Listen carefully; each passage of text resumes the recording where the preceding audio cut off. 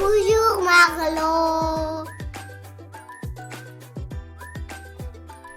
Les mots curiosité et poésie ne riment pas, mais ils devraient.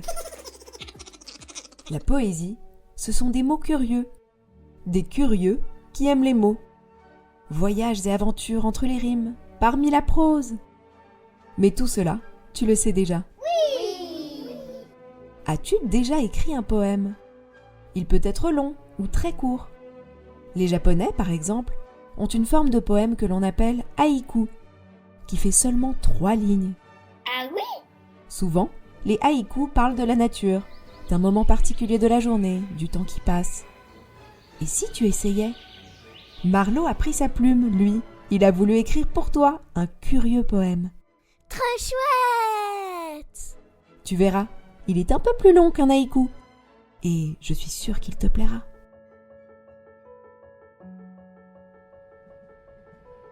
Le train.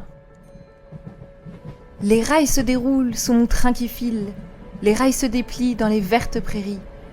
Les vois-tu les vaches ? Demande la fille, collant à la vitre son front refroidi.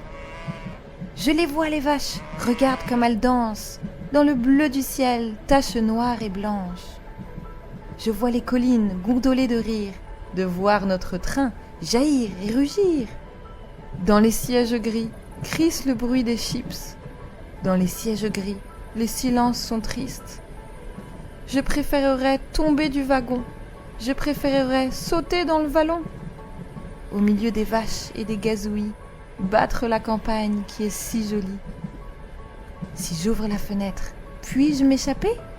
Si j'ouvre la fenêtre et me laisse glisser. Dehors les papillons et dehors l'été. Dehors il fait bon, on est arrivé.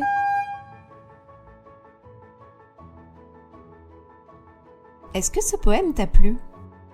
Est-ce que toi aussi, lorsque tu voyages, tu es curieux de tous les paysages que tu traverses, des gens que tu croises, de tout ce qui se passe au dehors ? Waouh!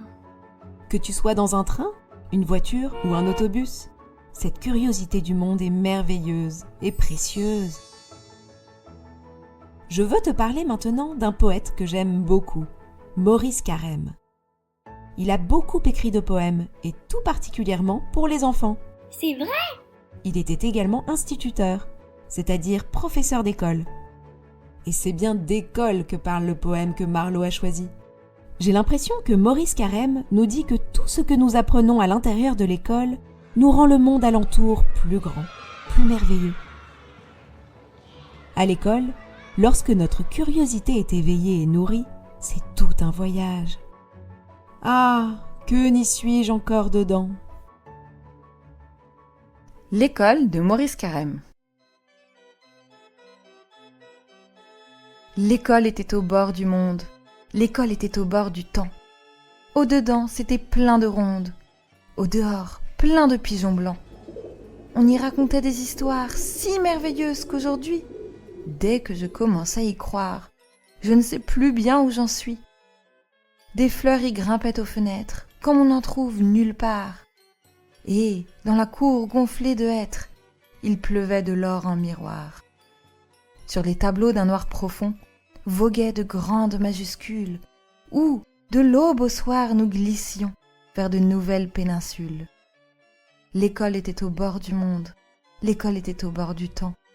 Ah, que n'y suis-je encore dedans, pour voir au dehors les colombes. Tu vois, avec ce poème, nous avons célébré la chance d'apprendre, d'explorer, d'être curieux. Nos découvertes changent le monde autour de nous, et voilà qu'il nous apparaît plus féerique encore. Et c'est aussi toute la magie de la poésie. D'ailleurs, certaines blagues sont comme une poésie. Veux-tu en écouter une ? Oui, une blague de Marlo. C'est parti!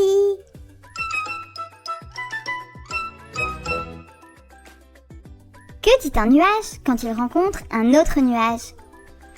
Pourquoi tu pleures?